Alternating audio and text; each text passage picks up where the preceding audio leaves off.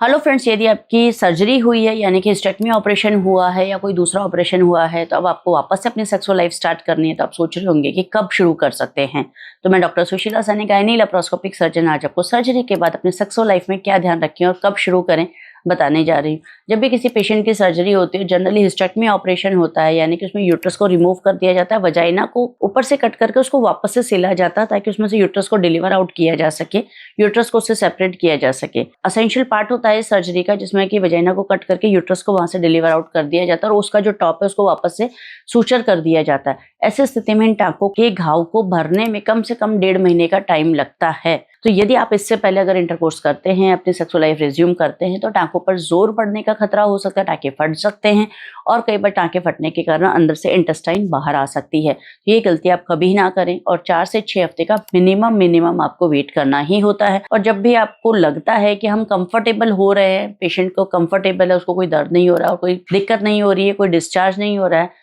फिर भी sexual life शुरू करने से पहले डॉक्टर से चेकअप जरूर करवाइए, डॉक्टर से परमिशन जरूर लीजिए, क्योंकि थोड़ी सी लापरवाही आपको बहुत भारी पड़ सकती है। हम लोग जो जनरली 3 महीने का परहेज बताते हैं, क्योंकि 3 महीने के अंदर 100% लगभग घाव पूरे भर जाते हैं, पेशेंट की रिकवरी पूरी हो जाती है, पेशेंट को किसी प्रकार का डिस्कम्फर्ट नहीं होता है और उसके बाद आप आराम से अपनी सेक्सुअल लाइफ रिज्यूम कर सकते हैं। लेकिन यदि आपको लगता है कि 2 महीने के बाद भी अगर आपको डिस्चार्ज काफी आ रहा है, ब्लीडिंग आ रही है, सूजन आ रही है, पेट के अंदर कोई तकलीफ हो रही है, तो अगेन आप डॉक्टर को चेकअप कराइए, डॉक्टर से परमिशन लीजिए। और यदि आपने अगर सेक्सुअल लाइफ रिज्यूम कर ली है और आप ऑनगोइंग है और आपको लगता है कि इंटरकोर्स के दौरान आपको काफी ज्यादा पेन हो रहा है, ब्लीडिंग स्टार्ट हो गई है, बहुत ज्यादा डिस्कम्फर्ट हो रहा है, तो भी आपको तुरंत रुक जाना चाहिए और तुरंत डॉक्टर से संपर्क करना चाहिए कि अंदरूनी और कोई प्रॉब्लम तो नहीं क्रिएट हो गई है जिसकी वजह से हमें तकलीफ हो रही है। ऐसी स्थिति में आप पेट की एक सोनोग्राफी करवा के चेक कर सकते हैं कि अंदर किसी प्रकार का कोई कलेक्शन तो नहीं है, अंदर किसी प्रकार का कोई इन्फेक्शन तो नहीं है, क्योंकि कई बार कोई इन्फेक्शन के चलते